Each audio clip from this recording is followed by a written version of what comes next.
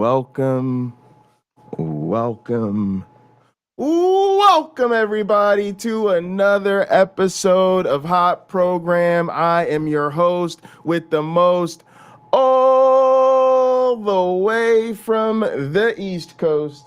And as always, folks, I am in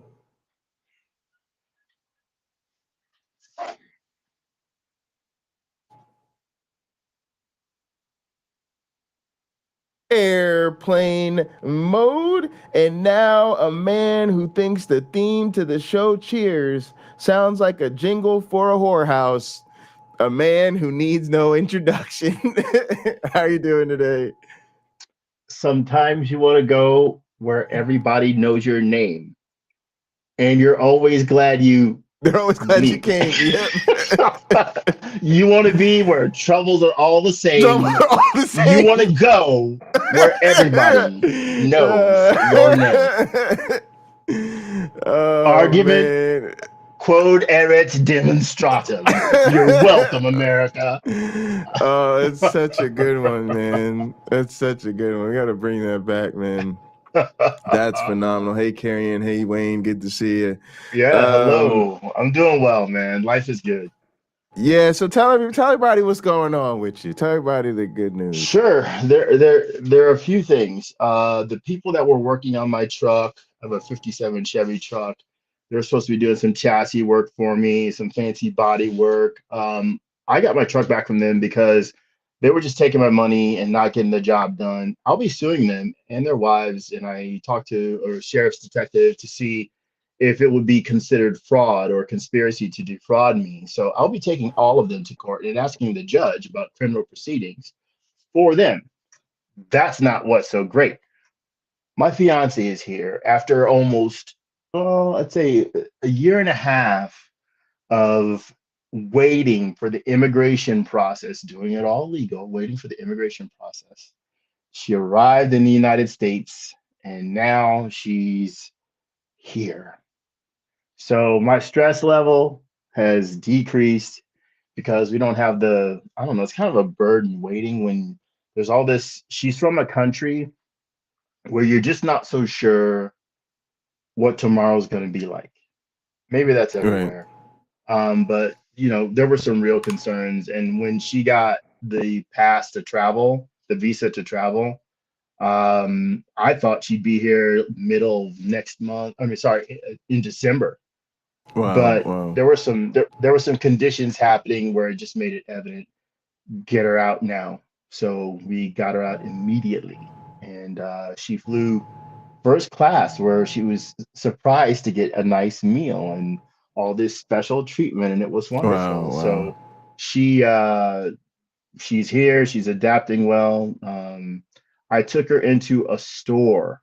Where did we go? We went into a Walmart, and the look on her face, she's from a communist country. The look on her face to see the abundance of unnecessary and necessary things blended together in a large building was fascinating to her.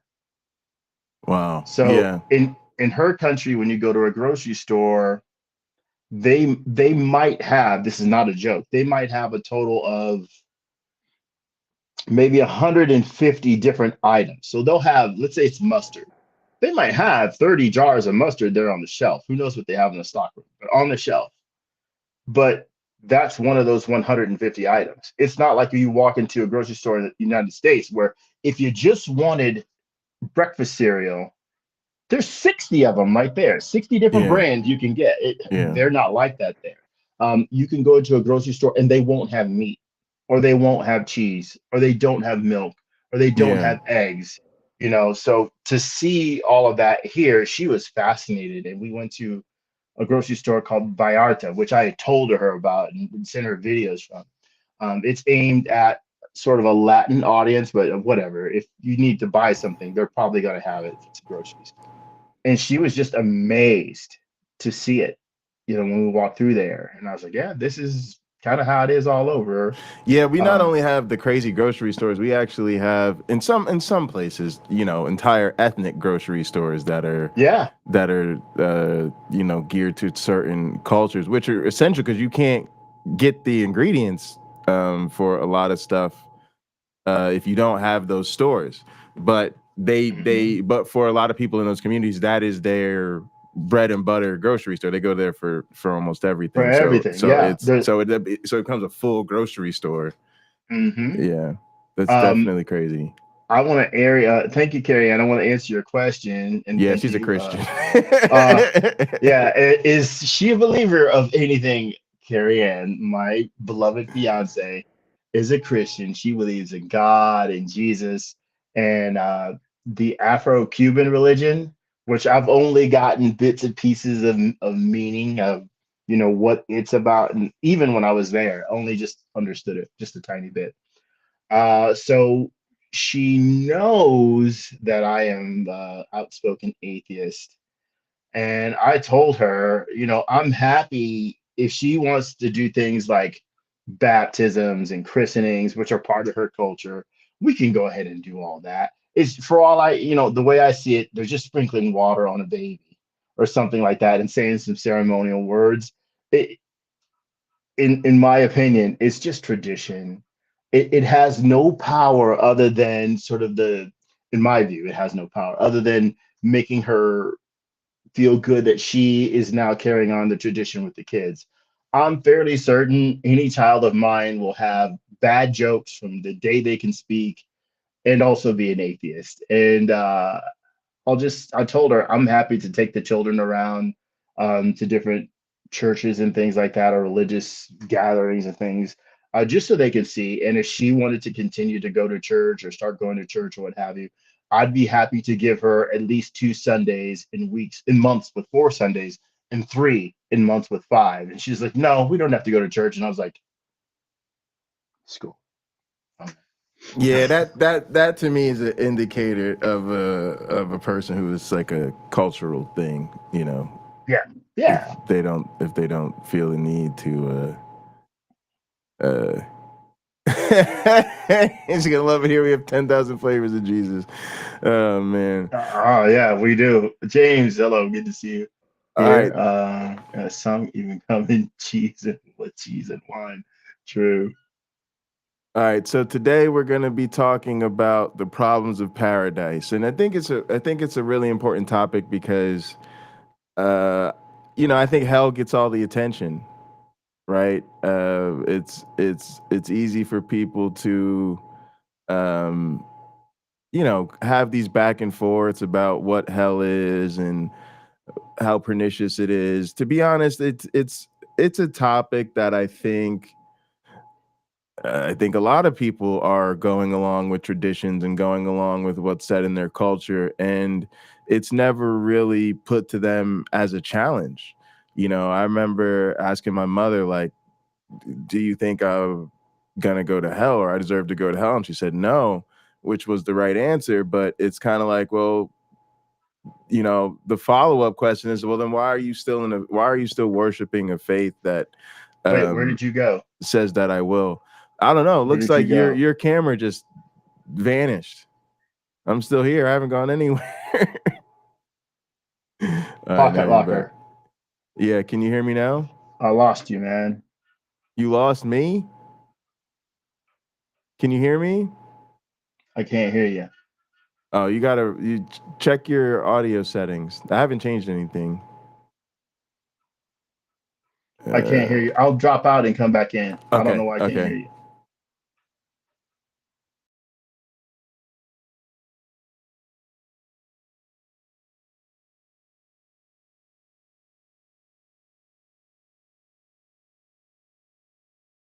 Yeah, I let the liberal Christians play their own game. I'm not here. I don't think there is such thing as humane Christianity. I think it's really anti-human.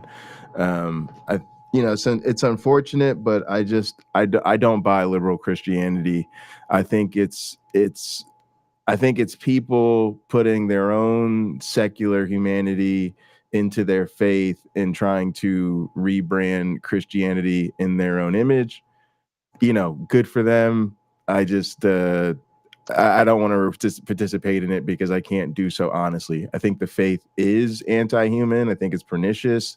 And I think you just need to read the Bible to understand that. And I'm just a person who, you know, where I'm at, we're better off without religion. So I don't,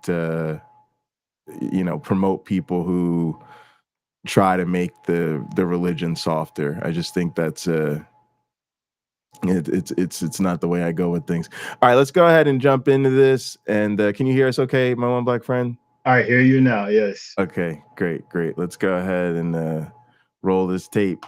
Welcome to Mindshift. I'm Brandon, and today we are talking about the problems with paradise. Now, this is a bit different considering how much we've been talking about hell lately, but I want to focus on it because I think it takes all of the excuses out. Like Dr. Bird. Okay, you don't want to admit that hell is unjust? Fine. Ridiculous, but fine. You want to believe that there is no hell because that makes it easier to accept God's morality? Fine. We can talk about annihilation, or we can talk about universalism, or any of these other things that get us out of the bind of what is, I think, somewhat clear in the New Testament. I'm open to the idea of those concepts being theologically correct. Not that there's any basis for any of them anyway, since this God does not exist. But then let's talk about heaven. Is heaven so great? Is heaven moral? What are the problems with this paradise? And there are many. Now, as a caveat, I should start off by saying there are many different concepts of heaven as well. How funny that we have this one true God, this one true religion, this perfect holy book communicating God's words to us, and yet we can't agree on heaven and hell, the afterlife, the whole pretense to the reason we need to do something in this life in a correct and specific way. That makes a great deal of sense. Anyways, are there different issues in how heaven is perceived? Yes, some people believe that it is a soul versus an actual spiritual body versus our physical bodies being reincarnated, etc., up into the heavens. That leads to their own set of problems. But I want to major in the majors. I think when most Christians, and I am talking about the Christian heaven here, the biblical heaven, think about heaven, they think about a few things, and I want to throw them out there. Will there be some of you in the comments who are like, well, technically that's not what I think? Fine. I'm majoring in the majors. Most people believe. It's a good point. That's a good point. And honestly, at the end of the day, I'm not even interested in keeping up with everybody's individual interpretation of Christian, because what they really do is sort of go to their own corner of infallibility, meaning anything that is pointed out to them as a problem is a problem with somebody else's faith, not with theirs. So I think it's wise to do what he's saying, is major in the major. My main thing is, the reason I think it's really powerful to talk about heaven is because there are so many Christians that don't believe in hell, and they will tell you they don't believe in hell. There are very few Christians that will tell you they don't believe in heaven. And again, there's so many things that at some point, to me, you're just like, I don't even know what it means to say you're a Christian anymore. And I got there myself. I was a Christian who did not believe at one point in heaven and hell. But at that point, I knew I was just culturally Christian. Like I knew I was no longer in line with the doctrine or the dogma, and that I was just a cultural believer who would tell you, I think, the book silly. I think we rely too much on the book. I mean, I was almost anti-biblical at that point, and it's just it's everybody can have their own opinion. But I do think most Christians believe in heaven, and they've never stopped to think that it's an immoral concept. And I think that it's an important thing to do, because I don't really think the concept of heaven is much better than the concept of hell. Matter of fact, I kind of think of them as flip sides of the same coin. It's an eternity spent at the dictate of a master, and whether or not you're suffering in hell or supplicating in heaven, neither actually sounds like a very good time to me. But the most pernicious thing about it to me is the fact that you are told that it's the party of all parties. It's going to be just an amazing time where suffering isn't even possible. Everything's going to be wonderful. All your dead relatives and loved ones, all your best friends, the pets you may have lost in this lifetime, all of them are going to be there. But you don't find out if you're on the list until after you die. And True. to me, According to the Lord. to me, to buy into a religion like that, you just have to be a sucker. You just have to. You're just a sucker and a mark, and you might as well write "fool" across your forehead. They've been sealed in their foreheads, have they? Yeah, because there's no other area of life where we let somebody give us a sales pitch that we won't discover until we're dead. This is true. I don't know that they're, I don't know. I hesitate to say that they're suckers because, well, in some areas, the laying on hands, I'm sorry, folks. You can try that at home. You don't even need to leave the house to know that's not true. But the promise of heaven is interesting because I would love to know, what are my responsibilities if I get to go to heaven? What are we doing there all day? If I love snow skiing, can I snow ski anytime I want? Am I Right. going to be instantly good at everything I do? Like I've never snowboarded. Am I going to be instantly as good as Shaun White, the Flying Tomato? Uh, am I going to be as good of a race car driver as Tony Stewart or Lewis Right. Hamilton? Am I just going to be flat awesome at everything I try to do, or am I supposed to like sweep up? Is that my duty? I have to, like at a monastery, right? Everyone, all the monks have a function to take care of the community. Am I going to have to do that? Or is it going to be like that Joe Nickel song? Not Joe Nickel, I forget his name. Buddy something, maybe. Buddy Jewel. Am I going to be an angel helping pour out the rain onto the earth when it's time for it to rain on the earth? Am I going to be some sort of custodian of the hoarfrost, as you might read about in the book of Enoch? Am I in charge of those My things? understanding is you actually don't do anything. The more that I think about this question, because I think it's a great question, I think there's That sort was of like, 2020. yeah, I think there's like a, I think there's like a children's book version of heaven, and you're magically doing all of the things. But I think when serious like adults talk about heaven, it's mostly supposed to be you're so overwhelmed by the presence of God that you're just spending eternity in worship or supplication. Like it doesn't ever sound like you actually are doing anything. I Well, mean, like when you're. Go ahead. Go ahead. no, I was just gonna say when I was a Christian, I wanted the fun version where I was like wrestling with Jesus and playing me. I remember like having to draw a Wrestling vision. with Jesus. Yeah, I had to like draw a vision of heaven once because I was working at a church and we had the kids like sketch out like what heaven was going to be like to them. Total indoctrination. And it's like scary that I did that. That was my job. And I did the activity along with them. And so like, yeah, Mm-hmm. my heaven looked like a hybrid between the WWE Performance Center and Guitar Center, because that's what I thought eternal pleasure sounded like. But even Mm-hmm. in that exercise, there was so much revealing because everybody had a different version. Everybody created the heaven in their imagination to be, what they wanted, what paradise was like to them. Right. Yeah. Well, I, I've read the book of Revelation. I don't know how many times. It's over 100 times. And there are people complaining in heaven, like, when are we going to be avenged for those who for being martyrs, God? When's that going to happen? I'm like, how effing miserable are you if you're in heaven and what you think about is when God is going to get you some revenge for the people who hurt you? And wait a second, aren't they dead now too? We're 2,000 years later. Are they still whining, wanted to be fought for or avenged? Are they still whining about that? I mean, really, can't they just get over it and start enjoying all those wonderful things? The being in the amazing glow of God, who can appear as a bush or whatever the heck he wants. I mean, isn't that better? They get all the South Park episodes before they're even written up there. Every TV is a widescreen TV, every a chicken in every pot, in a car in every garage. I don't know how great it's supposed to be, but it seems to me that as people who wrote the Bible wrote about heaven, they weren't entirely in agreement of what the place would be like.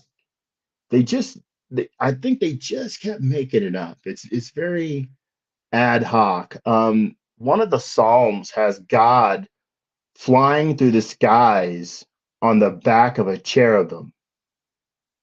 And yet, if you keep reading the Bible, God has wings.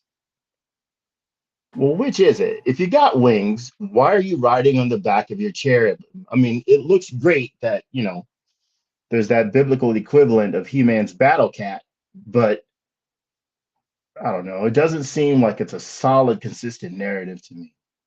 It just doesn't. So Carrie Chrysler, she said, good. I've seen some African healers do that kind of work on Esther's channel, James. I don't know what James's question was. I'm not real slick on this app. I'm using my phone and not a computer for this. I don't know what James said. When I'm old, I'm gonna go to a laying on hands church and tell all the old widowers my junk needs healing. Okay, yeah, James, you should have tuned in a few weeks ago to Hot Program, where there was that kind of thing going on.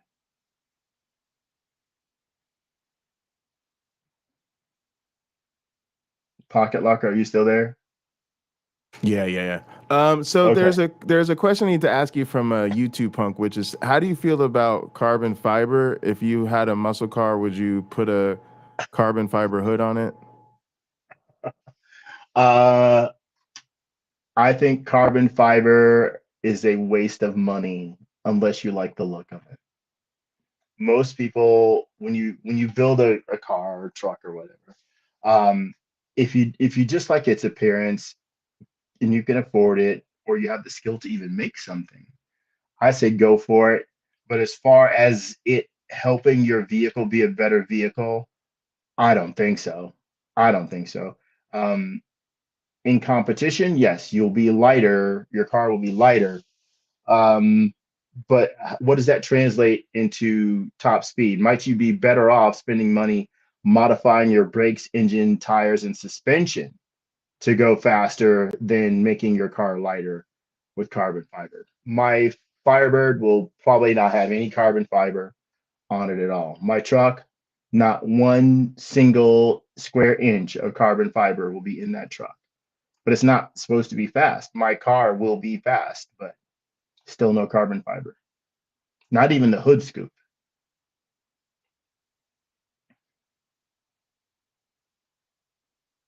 I thought he was referring to All pimping out the right. Bible. All right.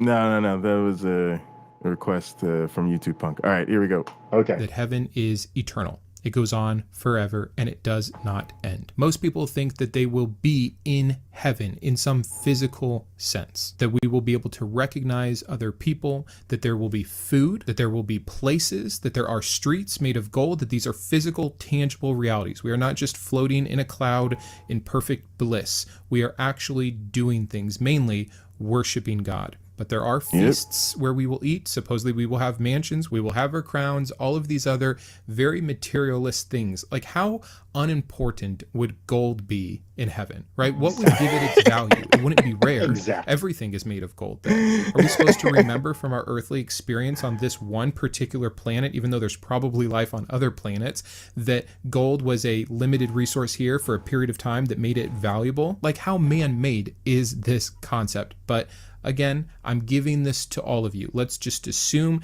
that the descriptions of heaven are accurate as they are described in the Bible. Pocket Locker. Let's assume that it goes on forever. Let's assume so the gold streets in heaven, I've said this on Hot Program before, but for our new viewers, the gold streets in heaven are not made of gold, such as a watch may be, your Omega watch, right? It's not made of that gold.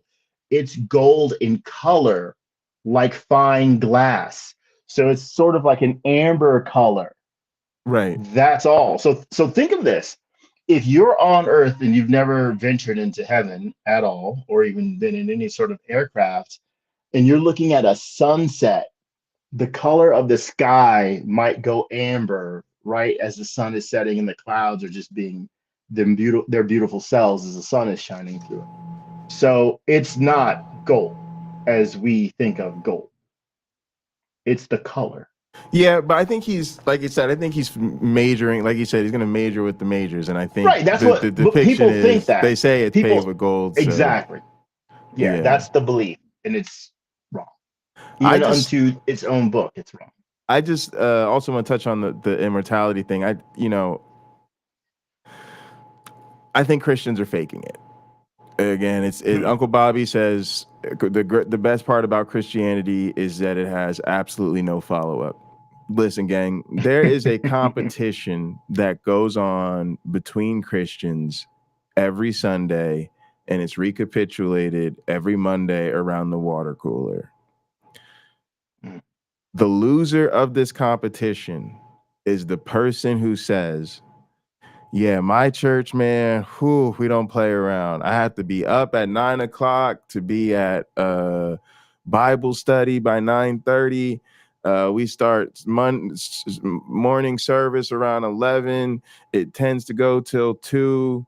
Then we're back at 5 for afternoon fellowship. And then we might have another fellowship service at 8 o'clock. And man, I'm telling you, from 9 a.m. to 9 p.m., we're worshiping God nonstop.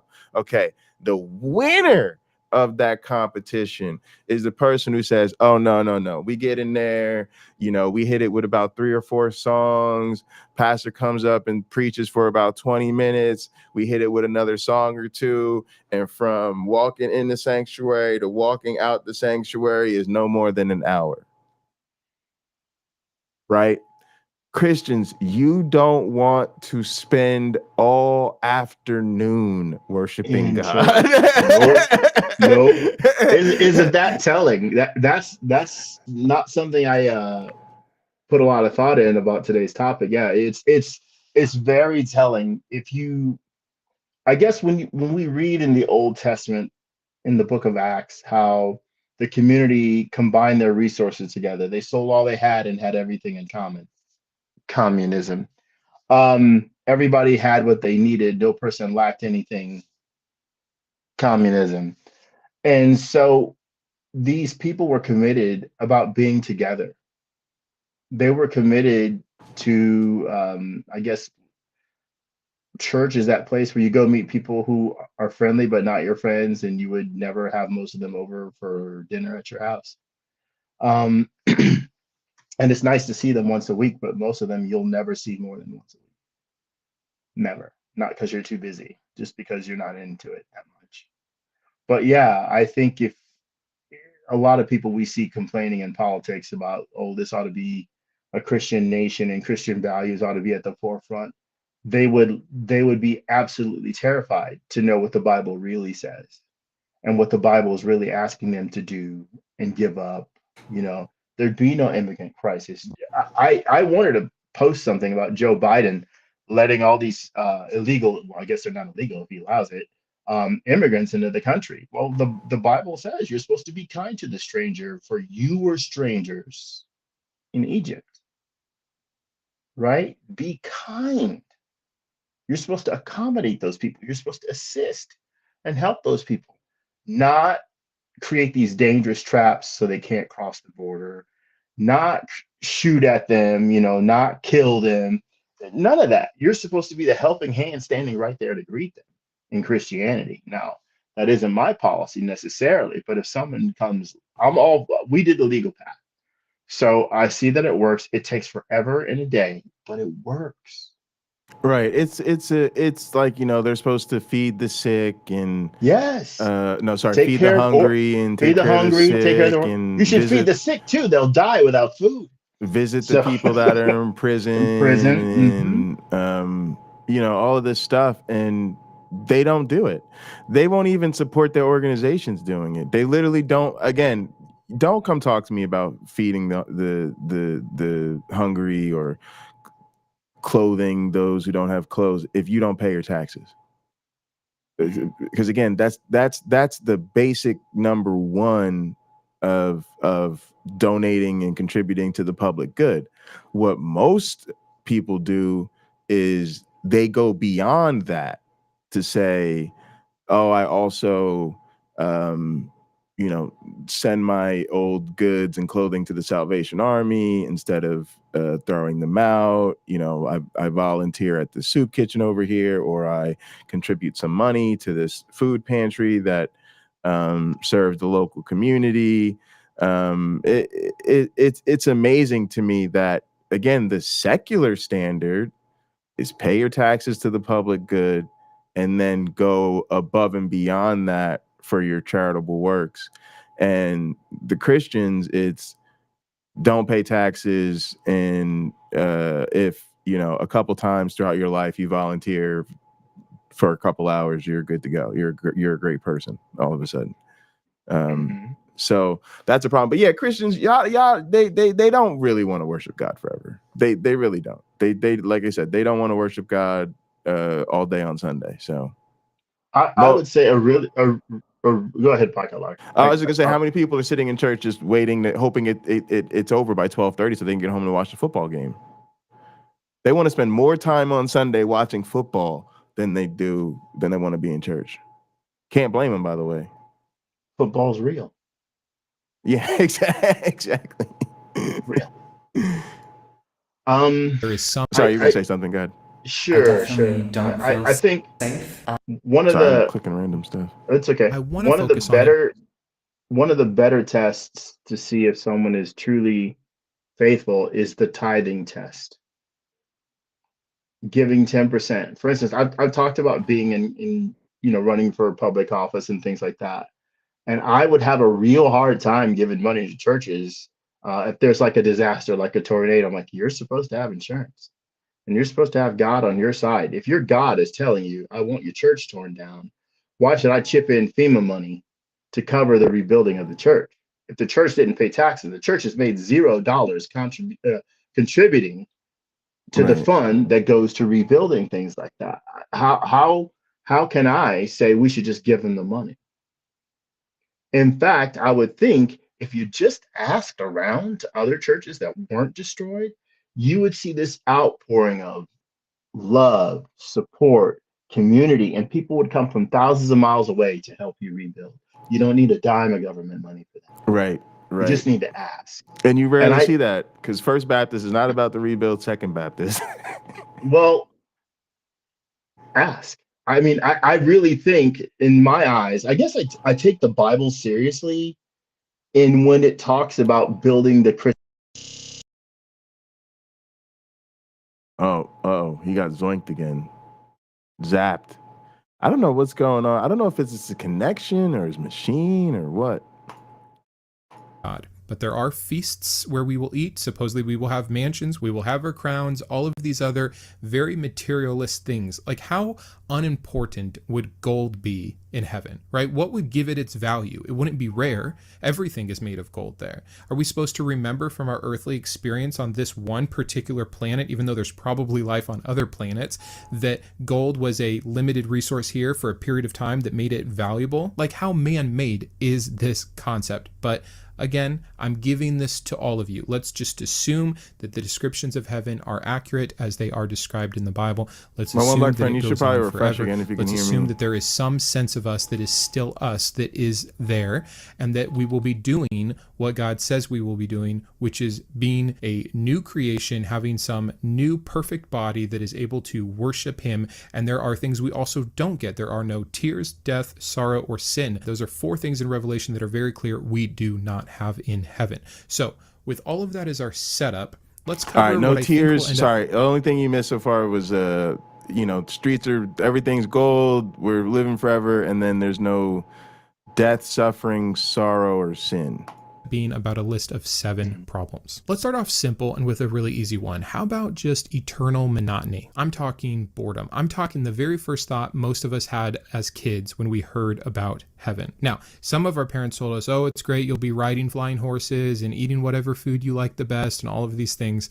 But that's not the reality. Many of us were told about the worship part, that we would endlessly, eternally be worshiping God. Now, maybe some of that are correlating worship incorrectly, and we thought of the praise and worship parts of service at church, and we thought, oh, I don't want to do that forever. Maybe worshiping God is just living perfectly. Maybe that brings glory to him. But the actual descriptions we get of worship are closer to the first one. They are about songs that are sang, instruments that are played, our bodily position of being bent over and bowed down, etc. That does not sound fun. But Brandon, you don't understand. We'll be filled with the light. We'll be filled with God's presence. We'll be right there. We'll be compelled to do nothing else. There will be no greater thing you could do for eternity than praise God.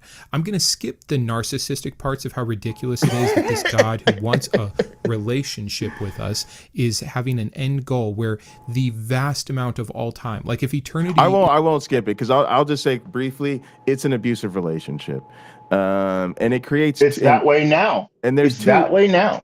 Yeah, and there's two abusive relationships. Christians are in an abusive relationship with God, again, to want this glory, to need to be worshipped. Everything's about him. That is the definition of it. None of us would encourage a marriage in which a wife told us it was her duty to supplicate her husband, to worship him 24/7, and live in constant fear of his judgment and wrath. But it creates an abusive relationship with those of us who are in relationships with Christians. And this is the part nobody wants to talk about and nobody wants to acknowledge, because it's going to create a very uncomfortable conversation around the dinner table.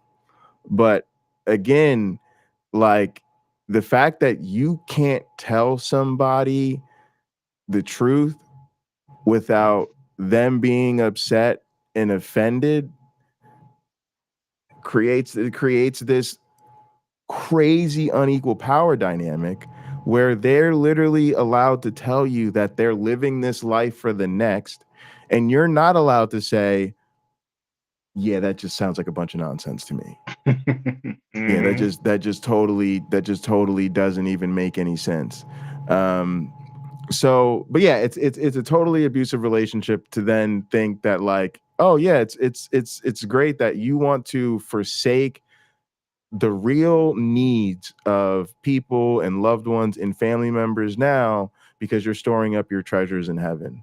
Yeah. And I really do believe that if we examine the life of most Christians closely, we would actually be able to see where putting God before man causes them to do things that we would consider abusive to their loved ones.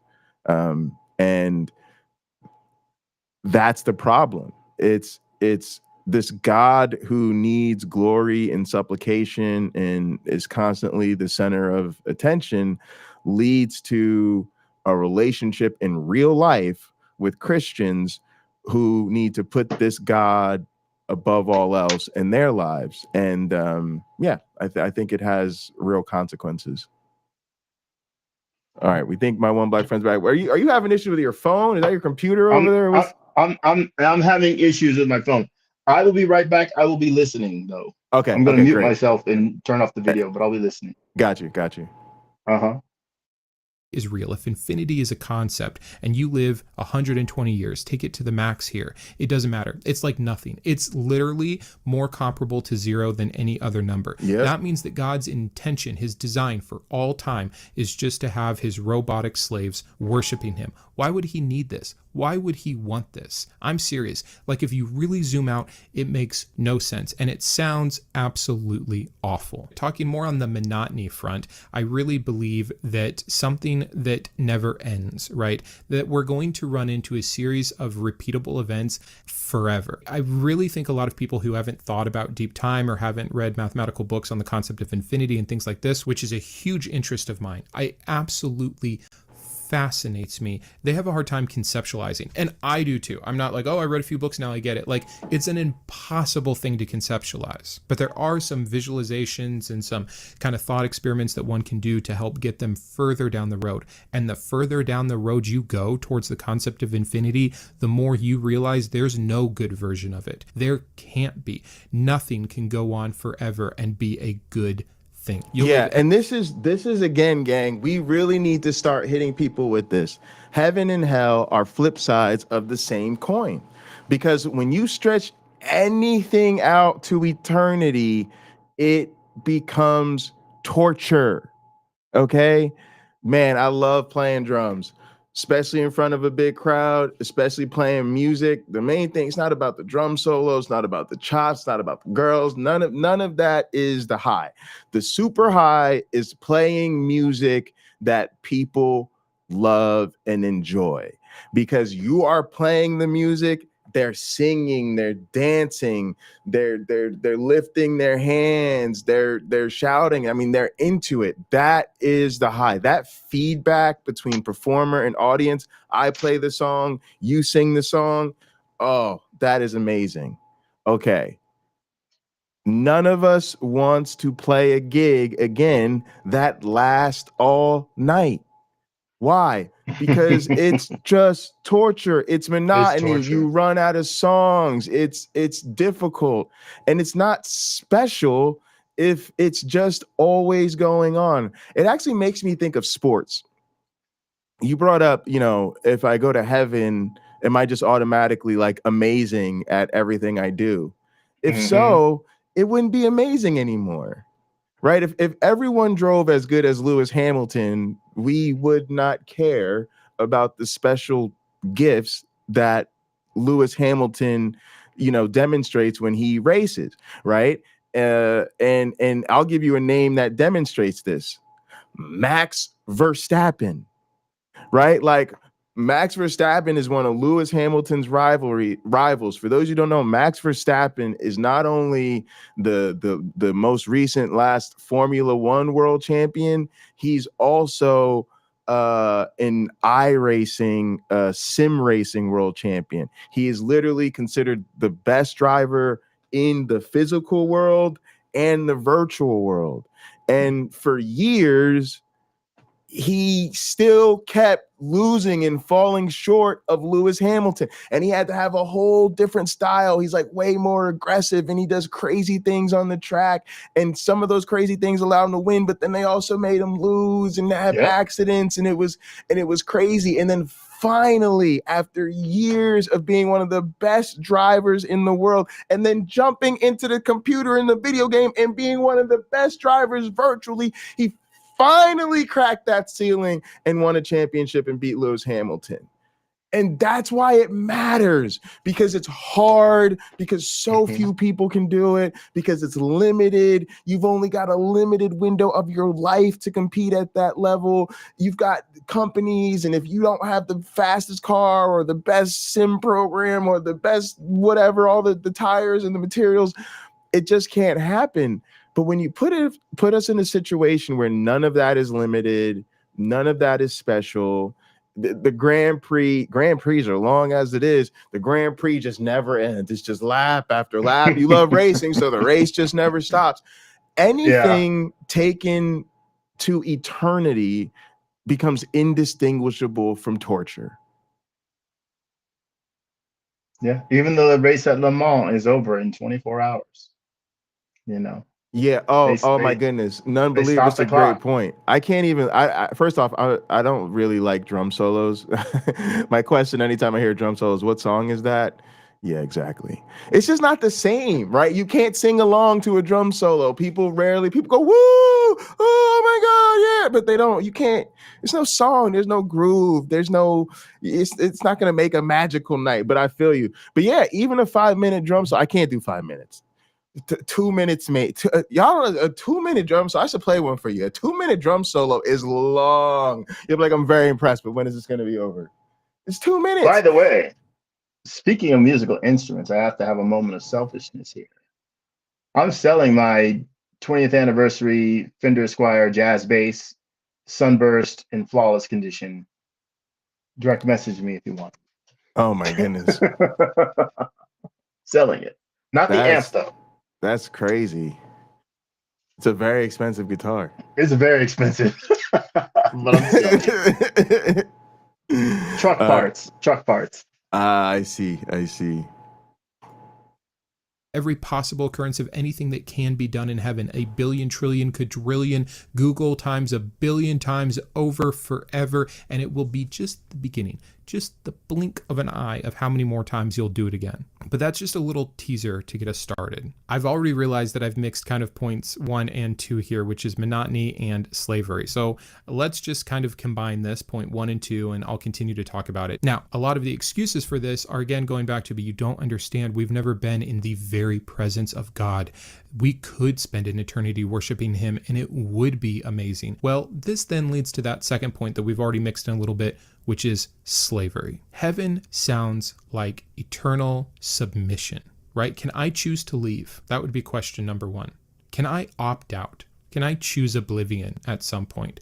Maybe after 2 billion years, I'm just really done with this concept. Can I leave? No, I can't leave. Well, Brandon, it's not so much that you can't leave, it's that God wouldn't have you have the desire to leave. So God's controlling me. God's controlling my mind. God's controlling my will and my desires. He's forcing it. He's compelling it by his very presence. That's slavery. I don't care what positive spin you want to put on it because you've called God a good thing. I'll even, for all of this that we're talking about today, I'm going to entertain the idea that this God is actually somehow good, just, and moral, which is already so problematic, right? But I'm trying to really just think like, okay, you guys are all right. This God is real. Hell doesn't exist. There's oblivion and annihilation and universalism and all of these things. How is heaven going? And the very fact that I have no say in the matter, I have no say that that's the only alternative, right? Like with universalism, or that it's the, sure, maybe it is better than hell. I'll give you that. But the lesser of two evils doesn't make it beneficial or good. And God forcing it to be good, right? Like if I can't even choose to think how I want to feel about it, to have my own experience, if every single person who's ever lived, think about how different we all are. If we're all going to have exactly perfect, repeatable, and expected outcomes in heaven to experience everything in the exact same way, what's the point? How on earth could we all agree on that without some coercion, And it does sound like slavery because slaves all felt the same way about slavery. They all hated it. And obviously they should. But Christopher Hitchens puts this so well that, you know, for so many people, the heaven is sort of it puts you like FOMO, like the fear of missing out, like that idea of there's a party, it's a great party, and eventually you're going to check out, you're going to leave, and the party's going to go on without you. That's right. That, you know, that's sort of life in a nutshell. But he'd always say, but the heaven proposition is now you're at a work party, you can't leave, and even though you're staying forever, you have to enjoy yourself. The boss insists on it. You know, and again, that just doesn't sound any better to any of us. Matter of fact, if most of us think about how we feel again on Earth, y'all, if there is a mandatory work party and everybody has to go and attend it, and you can't leave. Let's say it starts at 8 and you guys are all told in a staff meeting on Friday, you have to stay there till at least 11. You don't even want to go to the party anymore. They could literally be like, oh, the food's going to be slamming. We brought in the best band. It's just going to be amazing. There's going to be all types of games and festivities. It's just going to be fun, food, festivities. Everything's wonderful. You don't want to go. Why? Because somebody told you you had to go. And part of us in our brains understands people don't force us to do things that are really going to be fun. So if it's really going to be that great, they probably wouldn't make us go. And the fact that they're making us go makes us not want to go. We would rather stay home, watch TV, and eat Cheetos and order pizza from takeout that's boring than have this 5-star meal that somebody forced us to go to. That is what force means. And so it's so weird that people act like this is a great thing to have compelled upon you. Like we don't want to be at this eternal party. No, I think it's fair to say, if you even look at your earthly experiences that aren't, I'd say whatever, maybe like a personal thing. You mentioned drums. It doesn't matter what it is, how pleasurable something is. You probably don't want it to continue forever, like nonstop. I've never done drugs. I took some Vicodin once per the nurse's direction, and it messed me up for a solid 4 hours. And I don't want to go back to how that felt. I've spoken on this Even though show you needed before. it, yeah. Even though I needed it to kill pain. I had a inguinal hernia, and they did the surgery for it. She says, take 2 of these. I should not have taken 2 of those, and I refused to take another one after those 2. My friend was laughing at me because I called her panicking, saying I was describing to her what I was seeing, and she goes, "You are high." Wow. And I didn't want to be high. So yeah. But if you take a pleasurable experience, regardless of whether it's just something you do or it's something, I'll throw the biggest card out I have. The most pleasurable experience of my life, and it's too small to call it pleasurable, was years ago, about 7 years ago, when I almost died. I had a near-death experience because my body was shutting down. My brain was shutting down. Just system after system in my body was shutting down because I didn't know I had diabetes, and my blood sugar was much too high to register on the meter. Wow. And I was in the Caribbean when this happened, and one nurse after another said, "You should be dead." The doctors, I had 2 different doctors there. "You should be dead." I came back to the United States. The doctor that I went to see the next day, she says, "Yeah, you should be dead." So I have a lot of people told me, "Yeah, dude, that should have killed you." It's amazing that you're standing here today. But that's having competent nursing staff who figured out what was wrong with me and saying, "You'll be fine. You'll be fine." It's that simple. But that experience of laying on that bed in my oceanfront apartment, watching the waves roll in and feeling a complete lack of difference, right, between myself and other things I was observing. The lamp in the room, the bed I was on, the waves, the sand, the wind, the trees, all of that was me.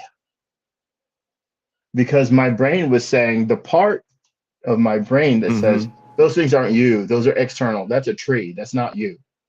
That's the sand blowing across the beach. That's not you. You are not the beach. You are not the sand.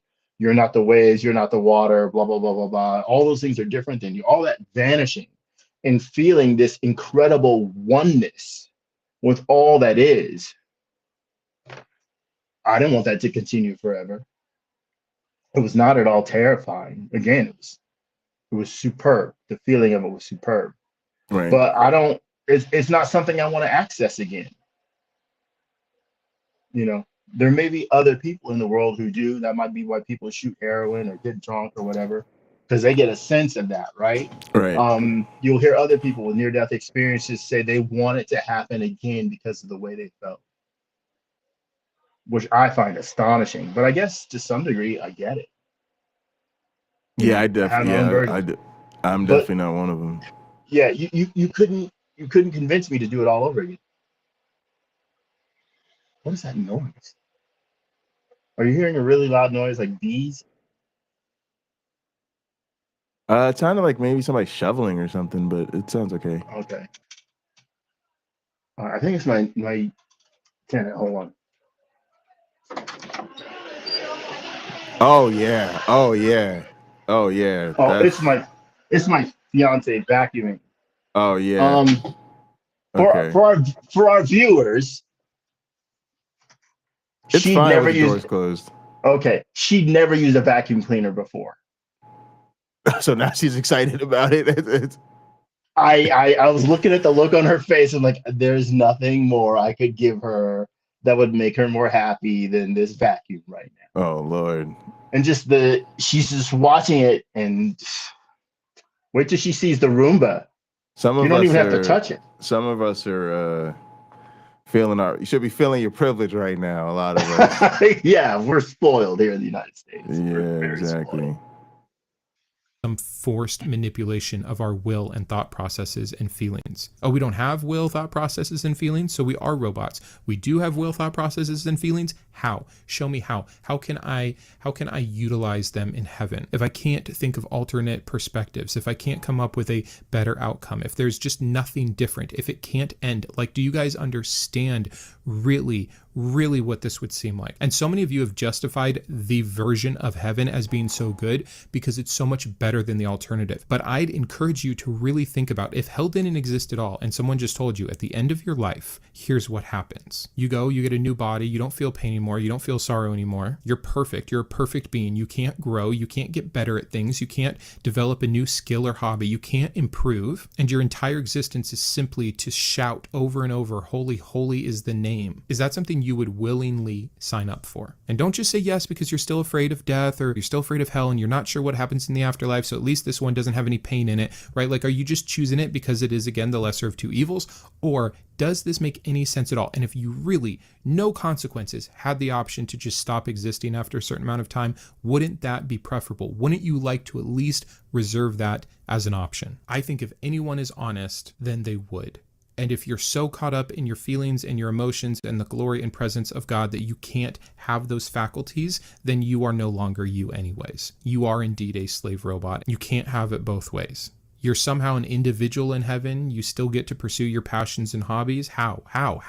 First of all, the Bible doesn't even tell us that we can do that. Second of all, if we can't be sad, then we can't ever have messed up, right? Like, if I want to get really good at wood carving and I mess up, what does that look like in heaven? What does a mistake look like in heaven? How can one learn? How can someone improve? Again, like, the concepts here, the philosophical ideology of what heaven's issues are endless. And let's just say I'm wrong about so many of these facets that I don't think I can be wrong about, and we do get to grow in heaven and we do actually excel, and there are layers to this. Well, that's going to lead to some unfairness problems, which I'm going to cover here in a few points. But before that, still, to what end? We're talking about eternity. I can only do so many hobbies. Like, do you understand? Everything that you can ever imagine is finite. We have a finite amount of things we can be interested in or do. We have a finite amount of times we can do them before we lose interest. We have a finite amount of growth that we can do in any particular subject. This simply doesn't work. Eternity is never going to be a good thing, no matter how you spin it.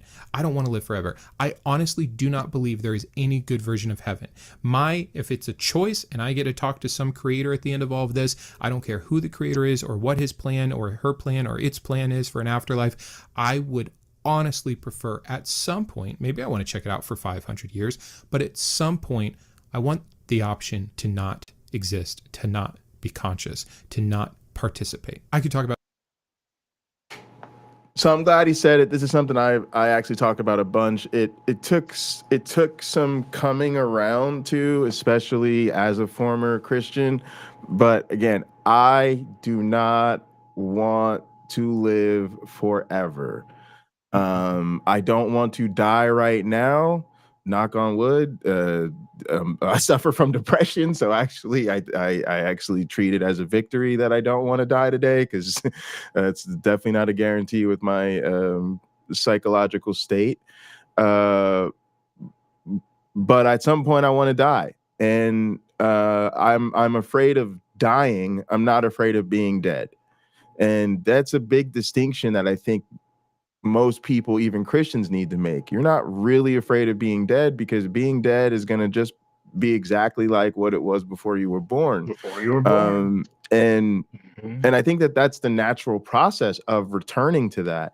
And so I'm a person who I think we could, and it's an important point, gang, because we're not just saying, I don't think heaven's real, or I don't think heaven's all it's cracked up to be. You're really getting the person to think about, is this something you would even want?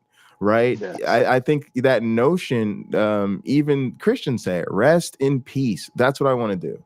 I want to just shut it off, and it's done. Yeah.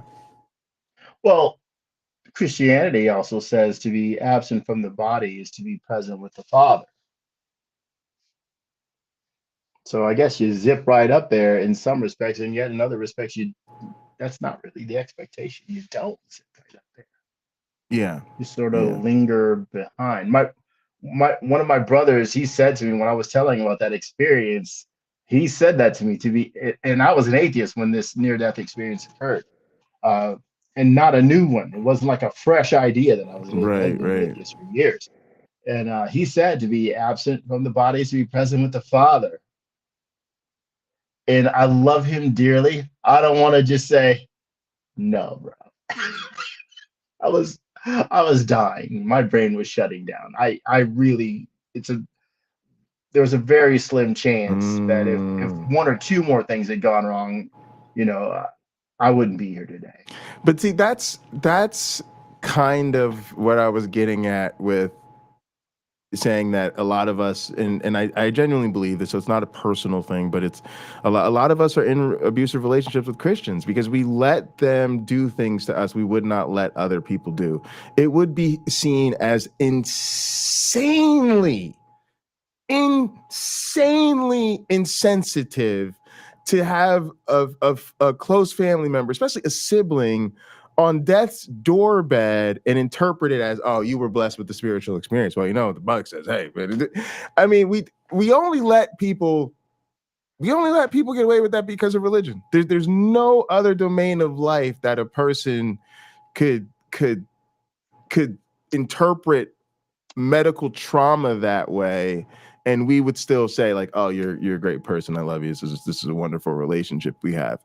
And again, I think they've been taught that, they've been conditioned to think of things, but it almost reminds you of the way people thought you were possessed by a demon if you had epilepsy or something. Yeah. Right. Yeah. It was, and it's sort of putting a positive spin on that. Like, oh, you were wigging out and you're on there. Oh, it must have been touched, by an angel type of thinking. And and again, like I think a lot of us feel like we have to see people as the victims of religion, not the perpetrators. They were sort of brainwashed. They've been indoctrinated. This is how they feel. This is how they've been conditioned to see the world, and so they respond this way. Fine, but let's at least step up our game and be a little bit more proactive to not let this get passed down for generation to generation to generations. That I probably won't have children, which means I won't have grandchildren or great grandchildren, but my imaginary grandchildren and great grandchildren do not need to be taught this stuff. They do not need to be reliving out all of this inhumanity and trauma. In terms of learning about different cultures of the world and different things like that, I can generally get with that because I see it as part of understanding humanity, understanding our history, understanding our roots and stuff like that. But, I would do it in a way that it's clear that I'm not actually encouraging them to participate or believe these things. We're just trying to expose them to it. And I think probably the right time would be, I think it's around the same time as the Santa Claus thing, because I think that's the same thing, that like it would be really abusive, I think, to continue to want your child to believe in nonsense, because you would be holding up their maturity, their development, their ability to cope with the world, right? You don't want to have the child who is insisting that Santa Claus is going to bring them a pony when you're 16 years old, you're a junior in high school, people are driving cars, and your classmates are just treating you like that's insane. So there comes a time when, whether it's because your classmate tells you, or in my case, you were sent out to the trunk, you were sent out to the car,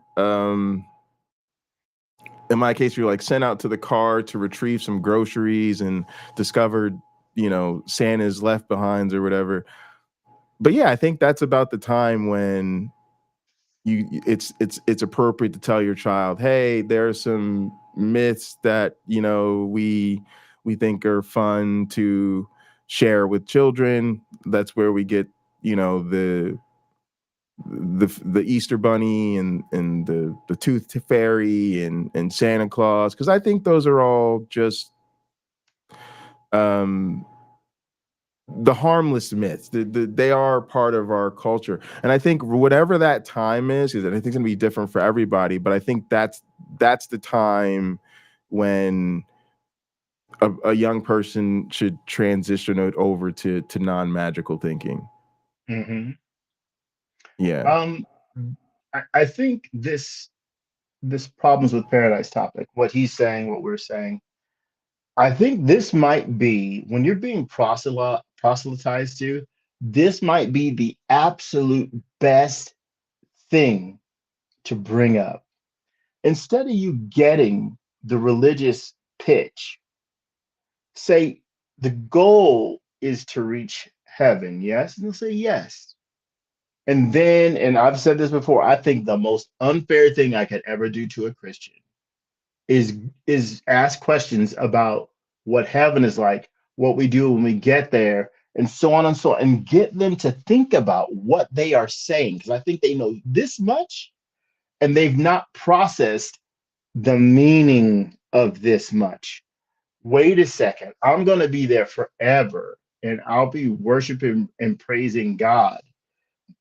Okay, well, how much time do you spend doing that now? Right. Well, Exactly. I do. And think about it. If it's an inconvenience here, right? If it's an inconvenience here, how could it possibly be all you want to do there? Yeah. Yeah. Right? Yeah. How can, if it's not enough here, excuse me, if it's too much here, how can it be less than that there? How can it be less than too much? And you're locked into it. It's not even like a Scientology contract, which is for like 1 billion years or something like that. It's potentially, well, it's evidently longer than that. So I want to encourage everyone, if you are in that position, one of the things I wanted to do, I wanted to take my fiance down to Newport Beach in hopes that Ray Comfort would stop us while we were riding bicycles along the beach and start to ask us all his wonderful questions to see if I'm going to go to hell. Like, oh yeah, bring it on, man, bring it on. Yeah, no, Um, this is really great, because I agree. mhm. I think most Christians are gonna tell you they believe in heaven, and that's the heart of the gospel, is that door is opened up to them by Jesus's sacrifice, and That's right. the hope, meaning, and purpose that they get from knowing that there's a better life to come. And so I do think this is a great topic to actually get into. And it's one you can just be asking genuine questions about, that they likely, just like you said, they haven't had the time to they They haven't haven't really really thought thought it through. about it. Yeah. I don't think they've thought it through. I think I And if they, honestly I was gonna say, go most ahead. people, I think it's an identity. I really just think it's an identity thing. Well, Christianity serves that purpose of uplifting a person, strengthening, I'd say, the confidence within their faith, maybe, and that helps them increase their own confidence, right? The idea that everything's going to be okay, everything works out, is reinforced again and again in Christianity. Well, we can find people that can give us. We can look at the people who survived slavery, who had horror stories, right? Right. But they also would have had, if we read their accounts, they would have good things to say. Sweet things did occur in their lives still. Maybe they had a child and their child wasn't sold off, right? They got to enjoy their child for a while. Maybe they were set free, and like the Bible says, their master actually gave them, former master, actually gave them substance so that they wouldn't go out and starve and fall into servitude again. You know, Yeah. that could happen. Sorry, my Dexcom thing is what's screwing up my connection here. No worries. But I think it's important to know, like, I don't think it's an entire waste when someone becomes a Christian. I just think they need to think it through a little more. Again, I've said it before, if it gets you off drugs, it's effing amazing, right? If you're on heroin, you're on whatever the other ones are, I don't even know. Right. It's fantastic. I support you. You know, I'll help you pay your tithe one week, maybe. So you feel super faithful. But I don't know that it has more benefits than it does detriment ultimately. Yeah. Go ahead. No, I was just gonna say let's try to get through a couple of reasons, just because Sure. I gotta go at 5:30. But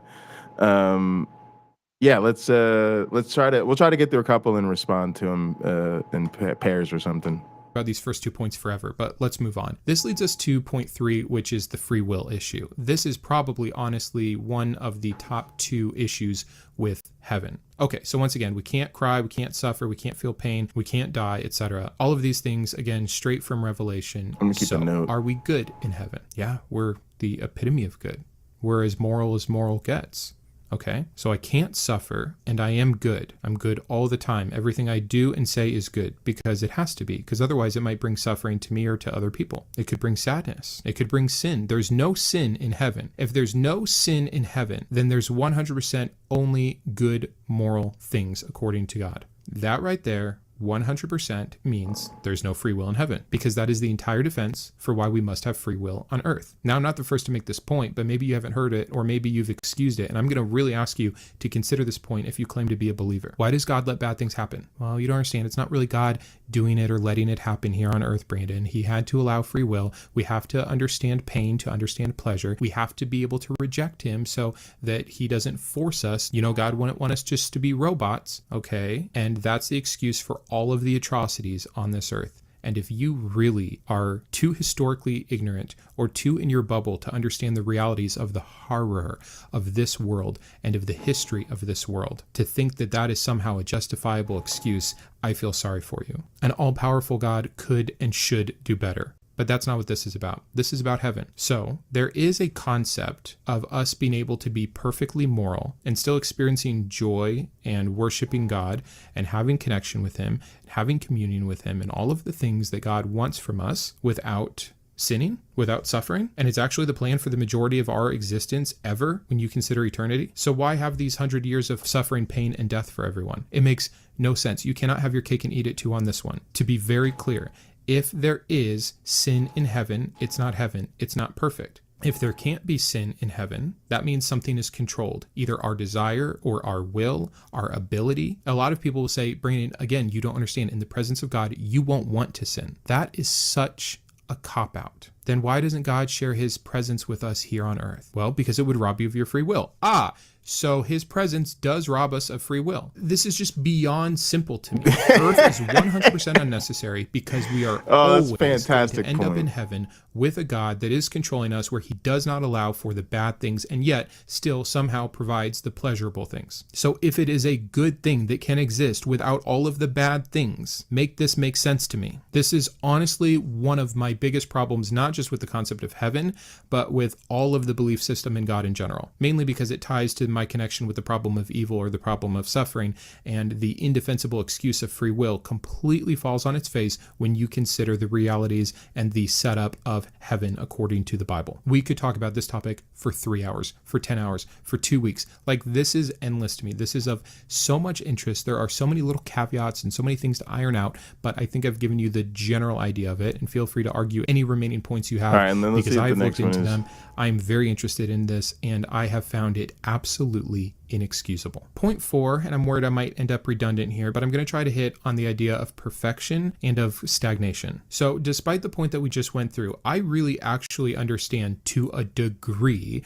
the concept that one cannot appreciate the good things in life without some understanding of the bad things in life. The problem is there's so much bad and suffering in this world that the good does not outweigh it, and I don't think it's as easy as a one-to-one compensation or even a heaven-to-earth compensation, right? Should 4 children have to starve to death in the next few minutes for me to appreciate the next meal that I'm going to get? Is that the idea? Is that the trade-off that has to happen? How many young women need to be raped for other women to appreciate being in a good relationship, right? These are just inexcusable and immoral ideas to me, that we had to have this level of suffering. God did control this. God did set up the arrangement. Yep. He is at some point holding the puppet strings, and he has made certain barriers within when he will intervene, when he won't, what the initial setup is, how capable we are as individuals of doing things to other individuals, etc. Like, there are limits that he has put on our earthly existence. And within those limits, he is still allowed for this amount of suffering versus this amount of pleasure. It does not add up.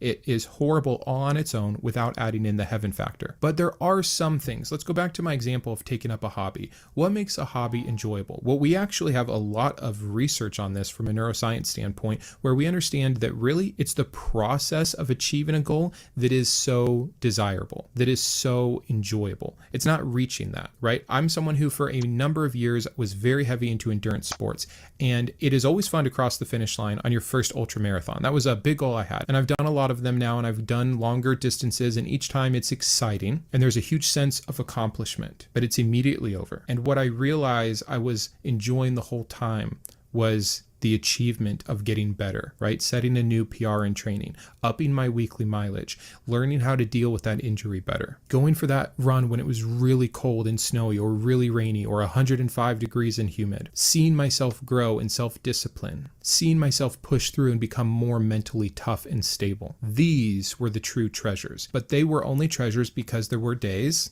when I quit. I didn't go on the run in the rain because I couldn't run as fast, because I couldn't make it all the way up that hill without stopping. Those are the pains that make the pleasures worth it. So again, I understand that to a certain extent. I don't understand it to the extent that we're excusing all the horrors of this world. But in heaven, to get back to my point here, there can't be any of that. So yes, on one hand, inexcusable with the free will concept and being robots in heaven, but on the other hand, we should need small amounts of things not working out or going wrong to be able to enjoy anything. I just imagine heaven being a place of pure stagnation. Think about how gross water becomes when it sits versus when it flows in the river. You've probably heard the old adage, if you're not growing, you're dying, kind of a thing. What is it like to be the exact same level of anything forever? It terrifies me. That sounds like true torture. I'm not one of those people that's like, oh, heaven is so bad that hell all of a sudden seems better. No, hell is the worst of all worst possible things, but heaven is still awful. What does it mean to be perfect in a perfect state with a perfect body forever?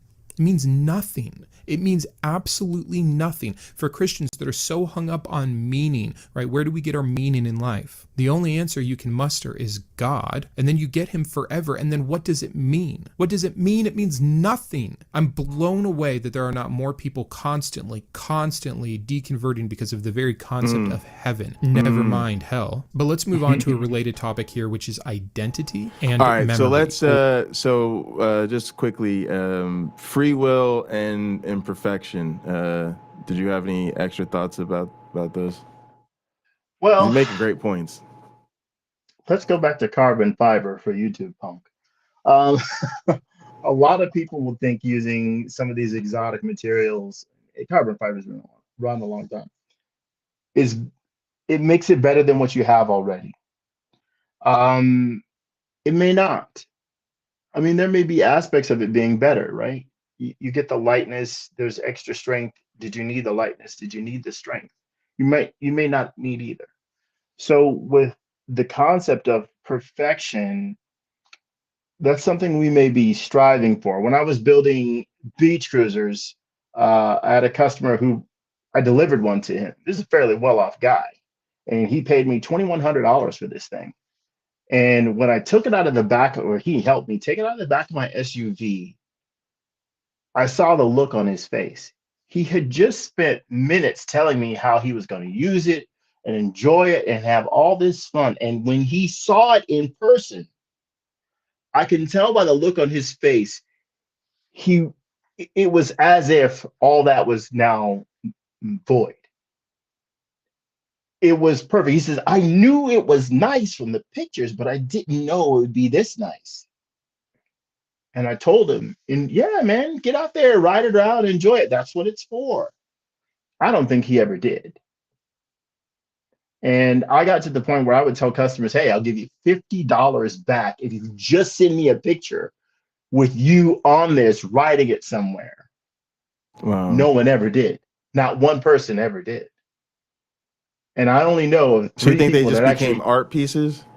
I had a guy, there's this attorney here in Los Angeles. He bought 2 of them for me. He says that's exactly what he does with them. He says, there's one in my office that I have now. It's on a display. Wow. He's like a Manhattan Beach attorney. He's got serious bucks. He said, it's on display. And I got to build a display for this too. So when he bought the second one, I have to build a display for that too. I'm like, really? Oh my You don't use it? goodness. He goes, no, dude, these are artwork. And I'm like, I don't know about that. Wow. But I did build a few where I said I could see why no one would ever use this. I could see why you would just let it sit somewhere that you walk past a lot and stare at it. And I have one of those myself. I will never. I told my fiance, I'm just so you know, I consider this a piece of artwork. It's one of the last ones I'm going to do. It has some imperfections in the powder coating, and the guy wouldn't redo it, and I got sick of it. And I said, well, I'm not going to sell it to anybody. I'll just make an art piece out of it. And it looks amazing. I'll send you a picture. It looks Sure. amazing.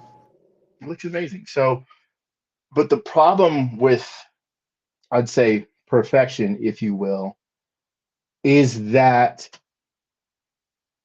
in a way it renders something useless. Right. So imagine you paid. This is not like a picture. I got something my ex-girlfriend drew. She's an artist. She drew something. I like it.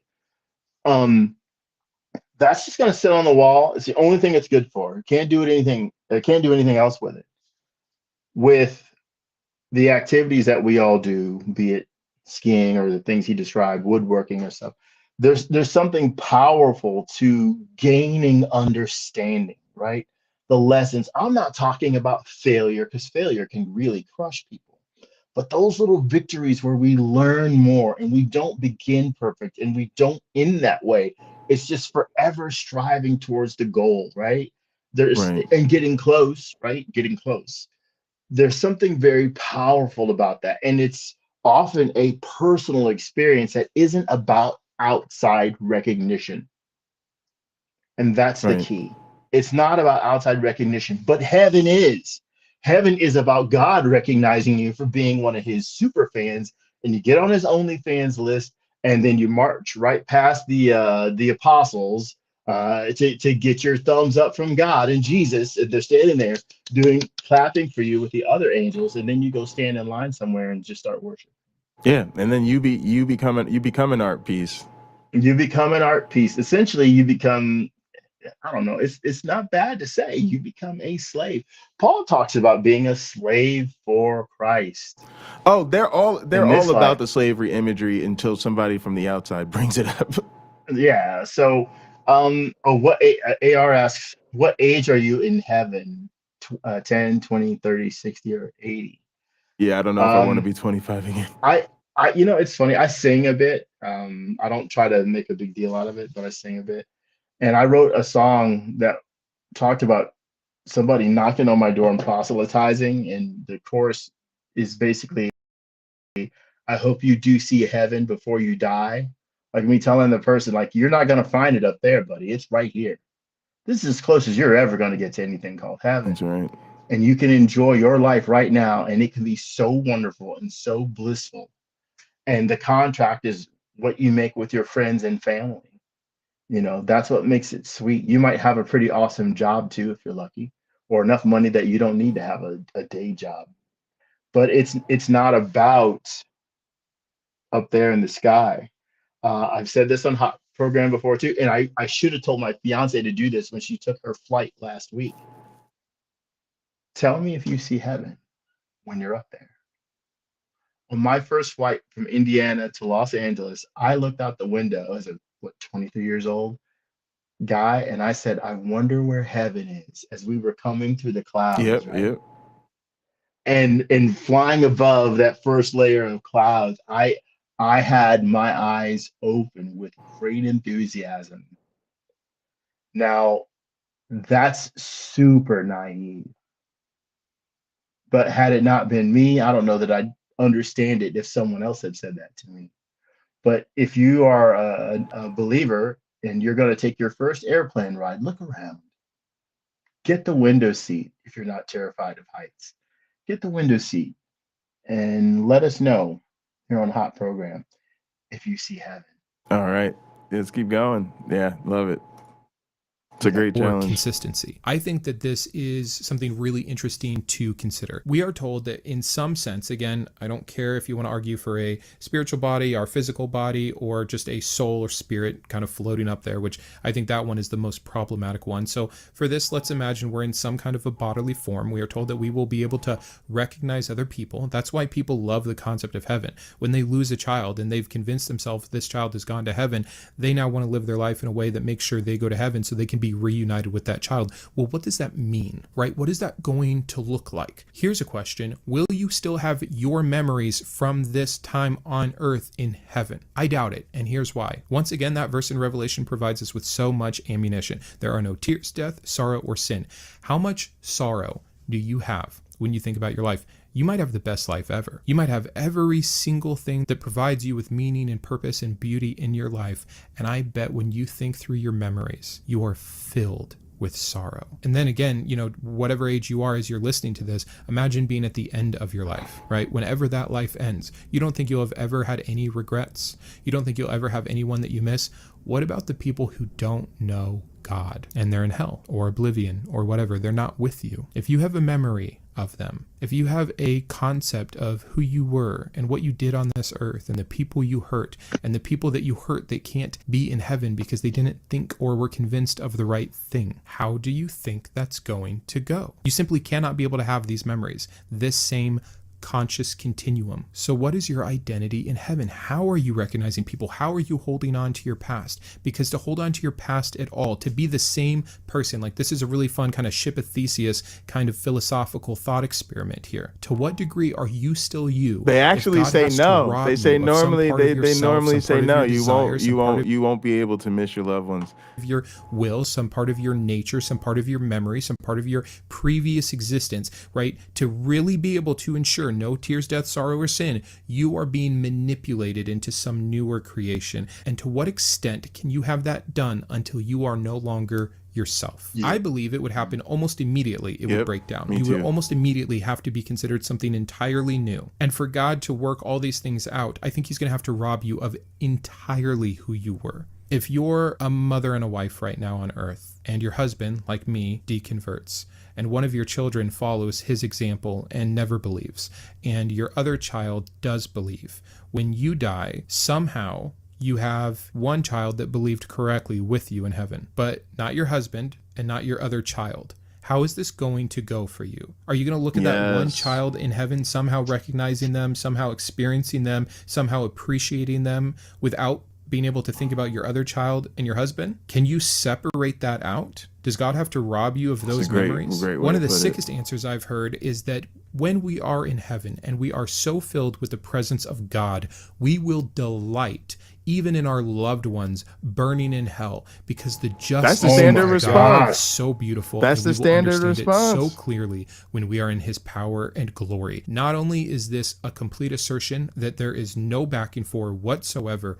but it is one of the most grotesque ideas in the world, that God, who supposedly gives us family, instills in us the need to care, tend, and love to them, to develop with them, to communicate with them, to grow with them on this time in earth, would have us just fine, have that wife just fine with one of her children up in heaven, looking down like we see happens in the Bible, and being glad that her sweet little child, whose only sin was listening to its father and not being convinced of all of the dumb assertions that are supposed to be spiritual truths, burning and being tortured for eternity. If there is a God that would construct that kind of a setup, that's disgusting. If there is a God who would negate all that and just erase the memory, that is disgusting. You have been robbed of your identity. You have been robbed again of your free will. You are a slave. You are a worship slave. The Egyptians had slaves of the Israelites to work. Fine. It's nothing compared to wiping away your entire identity, forcing you to the floor, and spending eons and infinity doing nothing other than proclaiming the greatness of this God who did all those things. This is abhorrent. But I digress. Two last problems here. Let's talk about fairness. All right, let's hit them so we can. I'm going to, again, major in the majors here, and let's just say that belief is what gets you there. Let's look at John's gospel. Believe and be saved. I tell you these things so you can know and be assured, right? Believe and be saved. You made it. You're there. You're in heaven. However, there are layers to heaven. There are different mansions. There are different levels of crowns that we can earn for ourselves based off our moral acts here on earth. And this, again, is we have to put aside that some people think it is our works that will get us to heaven. Let's just assume, however it happens, the people that make it to heaven make it to heaven. Think about the layers of unfairness that are going to exist in heaven. What is the point of a physical reward in heaven if you can't feel better about it than what someone else has? Like, think about this for a second. If there's no suffering in heaven, there's no sadness in heaven, then the person here who did not achieve this, they don't know what they're missing. They can't comprehend that. And the person who has this has no reason to enjoy it more than the person down here. Like, do you guys understand that?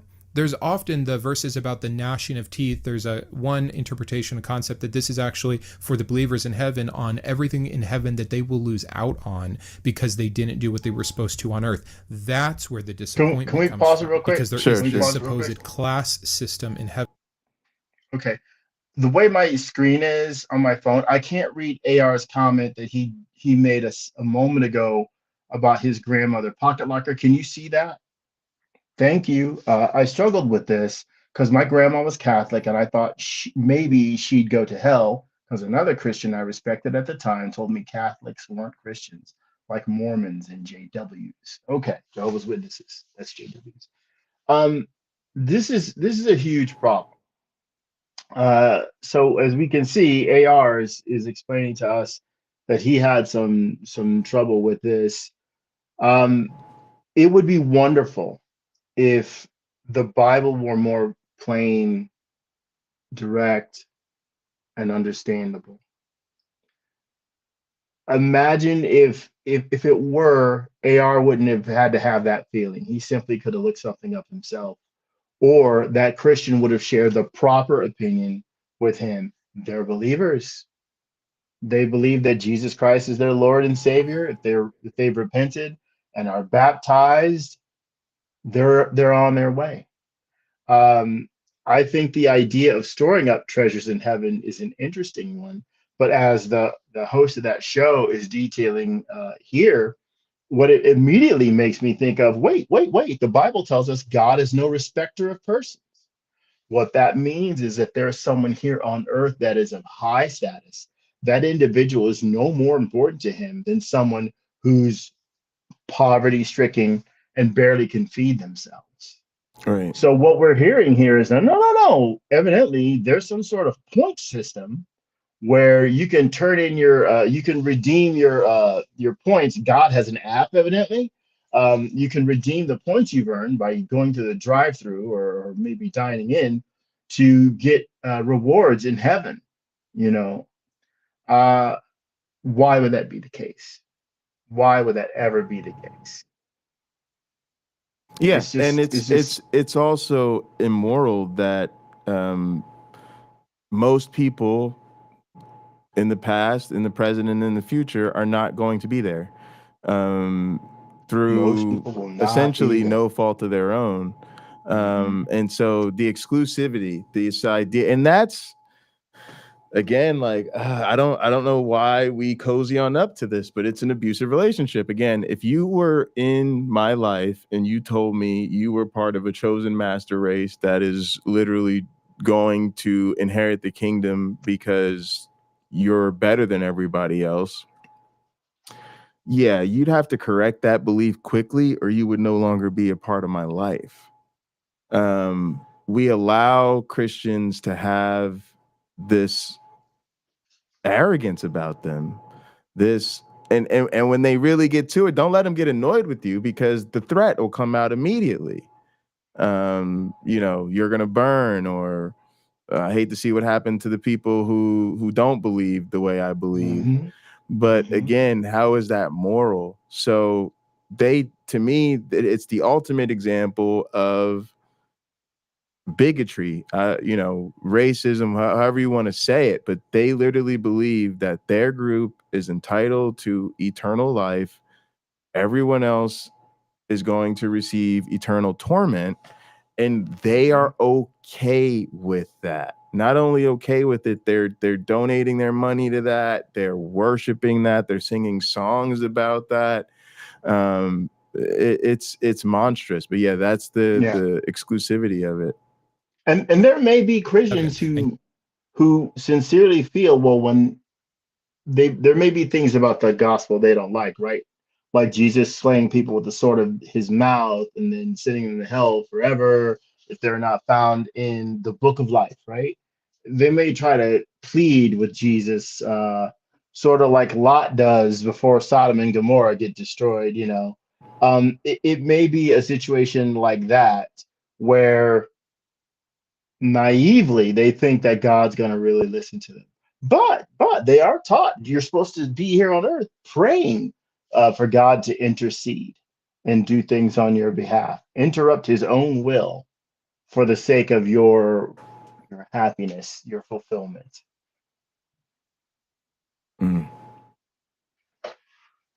All right, let's wrap this up. And you only get the 70 years or whatever it is on Earth to develop what it's going to be, and then bam, now you're stuck. So what happens about the unreached people group that get reached, and there's an 80-year-old man in the tribe, and he hears about Jesus from some missionary, and he accepts it right there, and he does one good deed, and then bam, he dies. Now he's in heaven, no fault of his own. He's the lowest tier in heaven, and that's it for infinity. Right? Like, that's insane. You can't progress once you're there. And if you can progress once you're there, which is sometimes the argument I've heard as I've tried to research this subject, how can you be better in heaven? Can you're already perfect. Louder? Can you have a better voice? Can you be just doesn't more make any moral? sense. How can one be more moral than another one if there's nothing freeway cleanup as a comparison guide? Adopt this the highway. Doesn't make sense, you guys. Heaven does not make sense. Adopt the highway to heaven. To our final point here, and this is, I think, the number one point of all of them. All right, let's hear it. With paradise is that it's not real. It is a hypothetical trade. You are trading today, this life, these next however many decades you get. The only thing that is guaranteed to you, because I don't care what you believe, I don't care how many near-death experience stories have convinced you, the only thing you can 100% know is that you are here now experiencing what you are experiencing, creating the life that you are creating.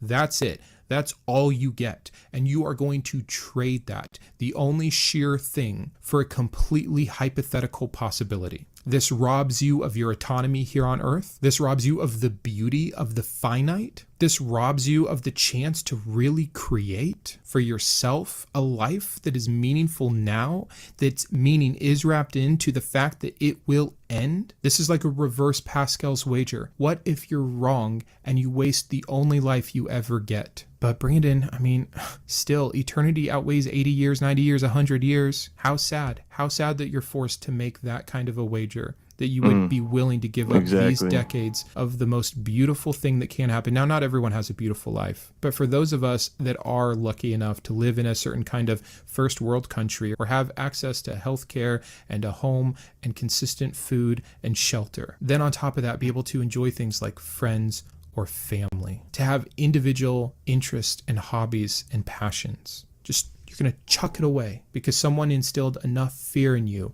that if you didn't surrender this life, you would not inherit the next. This is the greatest robbery of all time. Your life has been stolen out from under you, and you are willfully giving it away, thinking that you are the one that's coming out on top. This is the worst trade you can ever imagine. I am honestly so sad. I see these Christians with good intentions, worshiping, spending their time doing the things they think they need to do, denying themselves often, giving up their cross, the ones that are being consistent, and they're missing out. They're losing. They lose relationships because they hold too tightly. How many Christians have you heard whose parents won't speak to them anymore because they deconverted? Whose friend groups got destroyed because someone didn't believe like them anymore? People are putting a hierarchy of value on God and the afterlife, which is really selfishly here. What they're actually putting as a hierarchy is their future potential pleasure. It is more important for me to go to heaven than it is for me to treat my family well. Even Jesus says as much, right? When he thinks the end is actually coming, so what does he tell everyone to do? immoral. It doesn't matter anymore, guys. Don't store up treasures here. Don't save for retirement. Don't care about your family. There's only one thing that matters now. The kingdom of heaven is coming. This false promise for 2,000 years, and of course with all the other religions and every other ideology beforehand, has kept people from living their best life. And then don't even get me started on the decisions that we're making or not making correctly because of this. The people, the world, the resources we're not taking care of because we simply think it doesn't matter. It's all going to end anyways. No, it's all going to end. It's a self-fulfilling prophecy because we aren't doing anything with our stewardship over this planet. And how could we? How could we make good decisions when we think that inexistence is right around the corner? This makes us bad at decisions. This makes us bad at connection and family and love. This makes us bad at valuing things. This makes us bad at accepting things. This makes us bad at everything. The problem of paradise is that it is not real and it is a true thief, a murderer of anything potentially good in this lifetime. I'm quite passionate about this topic, and I believe for good reason. People are just losing their lives, the only lives they're ever going to have, and off such little, if not no evidence, and such bad assertions, such easily falsifiable allegations of who this God is, how he exists, what he wants from us, and what we should be doing with our lives. It's nonsense. But that's all I have for you today. Thank you so much for being here. Thank you for listening. Let me know any other problems you have with heaven. Let me know any arguments you had against mine. I think that this is a very undervalued topic in this space. So do me a favor and share this one. Watch it again. Watch it all the way through. Give it a like. Give it a nice comment. Real quick. I think that this over on Mindshift. I think that was fantastic. And yeah, I agree with him. This is an important topic.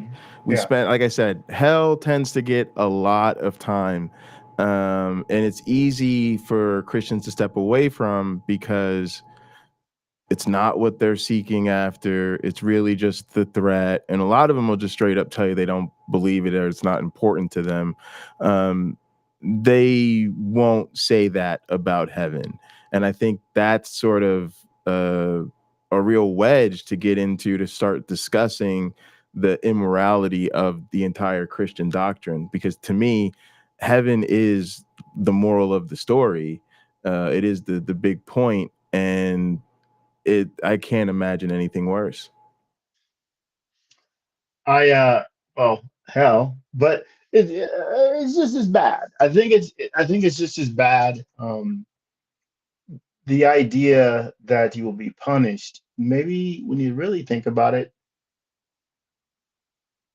both are punishments. One is a physical torture that will mentally become torture as well. And one's a mental torture that you may never feel any pain associated with it, right? Your body isn't going to rot away or burn away, but your mind will. I think your mind would. I think the desire to continue on would. Many moons ago, I wrote a story when I was writing screenplays. It's called As It Is in Heaven. And there was this angel who was just tired of being an angel. He's just tired of it.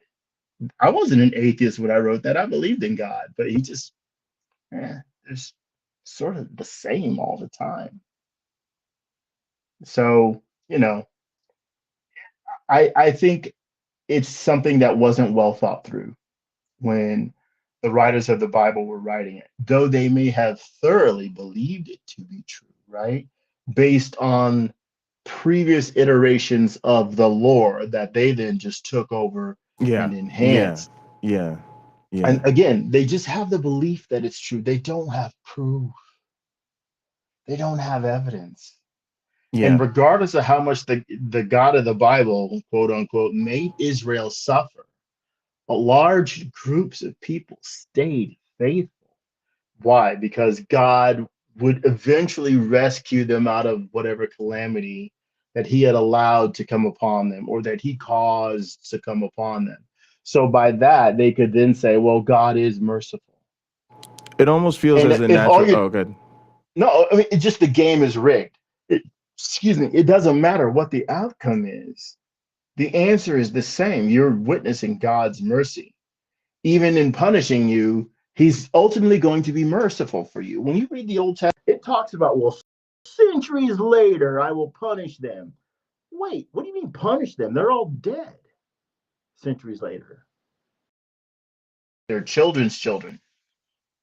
Children. You're not going to punish them. Right. But people probably didn't think about it that way. You know, they're just happy. Like, one day our people will get their retribution. There's probably people in Israel right now saying, finally, right? Finally. Yeah. When most of those Palestinians had nothing to do with ever harming another human being. It's just a small select group and they're all getting walked on for it, you know. It's just sad. It is. I think and it seems like a natural progression of the kingdom of God concept. It's never showing up. It's never going to happen. So you push it, and eventually it just gets pushed beyond the grave. It gets pushed to an eternal, ethereal kingdom, timeless, spaceless, immaterial kingdom. So they figured it out. Unlike Trump, who always says in 2 weeks. It's no, yeah, dude. right. After you die, after I die, not in 2 weeks though, but after you die, yeah, that's when it's all going down. Oh, okay. I'll keep a lookout. How can you? You'll be dead. No. Well, my ancestors will keep a lookout. Yeah, a divine inheritance. And yeah, I personally struggle with the ways in which I feel like as a non-believer, I've like lost the support of family and friends, really just for being honest, for living my truth, as they'd say. I know there's a lot of different marginalized groups that happens to, but I really do feel that as an atheist, it's just super hard, and you can't help but feel like, man, if these people didn't believe this stuff, if they really understood that this is the only life we have, how much better would we treat each other? And it's one of the reasons why I don't think Christianity makes people better. I don't think it makes them treat their family and friends better. I think it costs us when it comes to relating to our family and friends.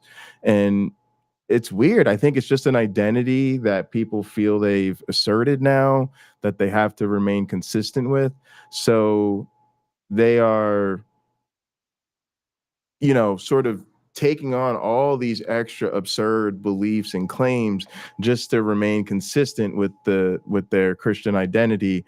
When I think if they really allow themselves to think about it, they probably realize that they don't independently buy into these ideas on their own.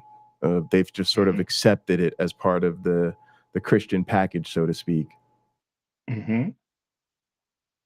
Yeah, it's when you get the packet, your welcome packet from Christianity, that's in there. Yeah, that's another thing that strikes me about all this is that, on the way in, they're selling you how great everything is. You just have to believe everything's going to be wonderful. You're going to have this great relationship with God. He's going to bless you. You're going to get all the kingdoms of heaven, the riches of heaven poured out onto you. And then once you're in the faith, it's, well, were you lusting after another woman? Did you jerk off last night? Are you friends with this homosexual? I mean, it becomes, the sales pitch is you don't have to do it. Just believe. And then once you're inside, oh my goodness, there's no end to the rules and the judgment and the hoops you have to go through. So it's a pretty dishonest sales pitch to begin with. Mm-hmm. Yeah. All right, my one black friend, you want to give us your closing thoughts about this? Any of this stuff, heaven nonsense? I'd say, what's that old adage? It talks about looking after listening to people who are still looking for the answers, not people that have found them. I think Christianity purports to have the answer and not to be in the search for the answer. You may have some, but I don't think they have them. I don't think they have them all. And I do believe that this conversation is the one we ought to be having with religious people when they're pitching Christianity to us, or whatever the faith is. Right, Talk about right. talk about the true end times. The true end times would be the end of eternity. And when the heck does that happen? If you are to continue forever and ever and ever, which sounds longer than forever in my ears, how does that go? Think of the song Amazing Grace, the only song I probably dislike. When we've been there 10,000 years, bright shining as the sun, we'll have no less days to sing his praise than when we first begun. Crap, people. You're not even getting started. You can't even. You're not even getting started after 10,000 years. That's what I'm saying. It could be a trillion years, and you're just getting started. You'll have no less days to sing his praise than when you first begun. We're technically in the infancy of the universe, according to these people. And that's the funny thing, is they deny deep time a lot of times in the natural world. You know, they deny evolution, and you know, they don't comprehend that the universe is billions of years old, or the age of the earth and things like that. But you know, they'll sign up real quick for that eternity in the sky, not realizing, oh my goodness, it's incomprehensible. So yeah, it really is absurd. Eternal church torment list. Exactly. All right, gang, that's going to do it for us. This was super fun. Thank you all so much for tuning in. Really, really appreciate it. Please like the video, subscribe to the channels, share the videos if you can. Really appreciate that. Leave us a comment if you're watching later. All right, gang, be good to yourselves. And each other.